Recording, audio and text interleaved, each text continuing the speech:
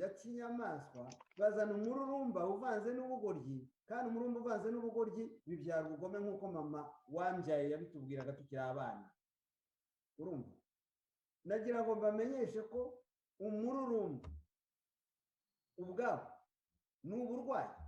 Nanahera no ku gitera umururumba, kwifuza ubwabyo udashoboye kubicunga neza bikurusha imbaraga, bikagusohora mu nzu ukagira ngo umuntu yatewe n'amazimwe. Ari irari, ibyo bita irari rishobora gukura umuntu mu nzu akirukanka akagenda yambaye ubusa ku gasozi. Urumva, iyi mururumba bari abavandimwe bazanye, ntabwo nzi niba abantu babaga niba barashobora kubona icyo kurya cyangwa niba bari abashonji neza baba ntibujuje 100%, ariko bazanye umururumba udasanzwe. Reba abantu bamaze imyaka 20-30 biba, kuko bahereye ruguru aho bahereye bagira biba, bakajya mu bitaro bakica abarwayi bagatwara imiti n'ibiki byose. Ushobora kujya mu bitaro ukiba imiti ariko ugasiga abarwayi, wenda bakazabashakira indi. Ibyo barabikoze mbere ya jenoside, hariya mu turere mu nkambi za Rwebare n'ahandi hose bagiye basanga abantu za Ngarama nayo. Buri teka bagiye barangwa no kubaga abantu, bagiye barangwa no gufata abantu bakabashyira ku giti bakamanika nk'umusaraba, nk'uko Yesu Kristo bamushyize ku musaraba, bagafata abagore bakabafomoza. Ubwo buhamya tubusoma mu bitabo bya Abduruzi biza wari uhari, kandi nawe igituma yabibonye nuko yavuye iwabo mu Bugesera asanga inkotanyi hanze, agize amahirwe n'izamukubita amafuni yamaze abana b'Abatutsi babasanze ku rugamba, babasanze mu ishyamba. None se niba umuntu akohereje umwana we, hari n'abohereje 2 cyangwa 3, biriya wumva ngo abantu baguye ku rugamba, wageze ngo abantu baguye ku rugamba bazize amasasu, abenshi bakubiswe amafuni n'inyundo, bashyizwe ku mugozi barabaniga. None se ubwo urumva abo bantu ko turimo kubita ubu ngubu ngo ni abavantara?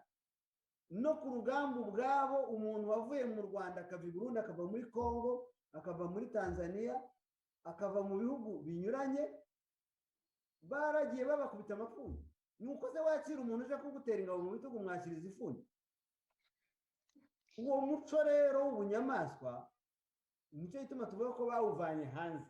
Abo bakubitaga amafuni nabumvaga yuko ngo bafite uburenganzira muri icyo gisirikare, n'abasirikare bavuye i Bugande, n'ubundi bari bavuye i Bugande bica Abagande.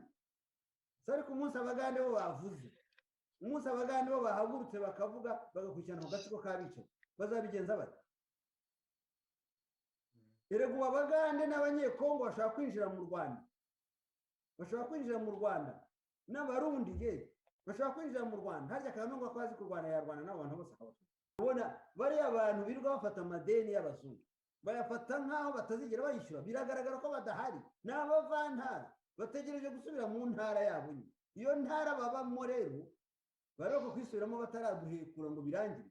Amadeni bafata biragaragara neza ko batazayishyura.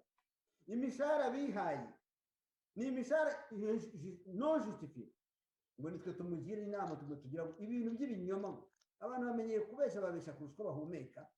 Uriya muco nawo ni umuco w'ubuvantara wo kubesha kurusha uhumeka.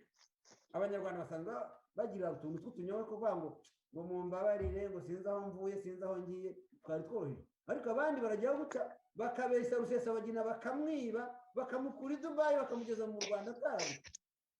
Abo bantu ni abahanga, ce sont des artistes menteurs. Bafite dogtora mu buhanga bw'ubunyamaswa, ubugizi bwa nabi, bafite dogtora mu kubeshya, umuco w'ikinyoma, bafite dogtora mu bintu byinshi cyane. Nagira ngo gusa mbabwire yuko uriya muco nitwe tugomba kubacaho. Mujya mwumva na Dr. Kambanda Charles. Dr. Kambanda Charles asobanura neza ibintu.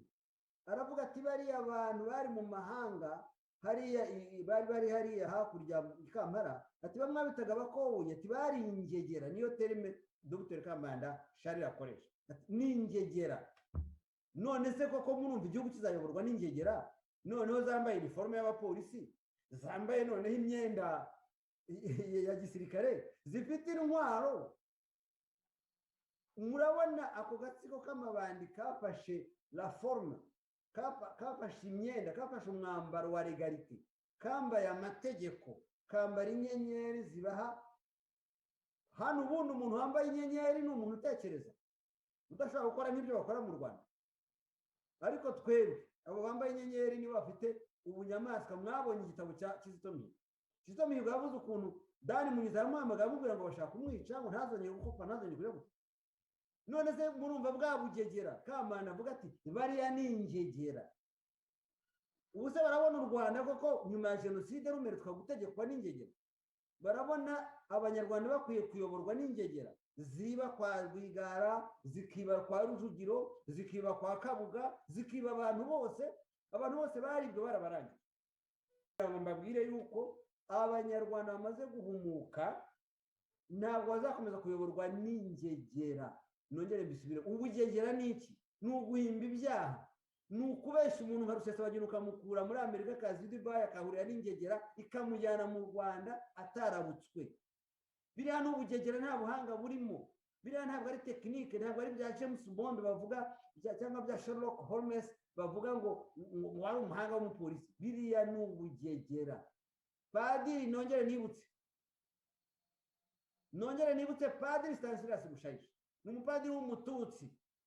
Mbere y'uko revolution yo muri 1959 iba mu Rwanda muri 1958 mu kwezi kwa 12, Stanislas Mushayisha wari umupadiri w'umututsi, akaba na padiri mukuru wa paruwase ya Kamonyi, yanditse article mu kinyamakuru bitaga La Revue Nouvelle.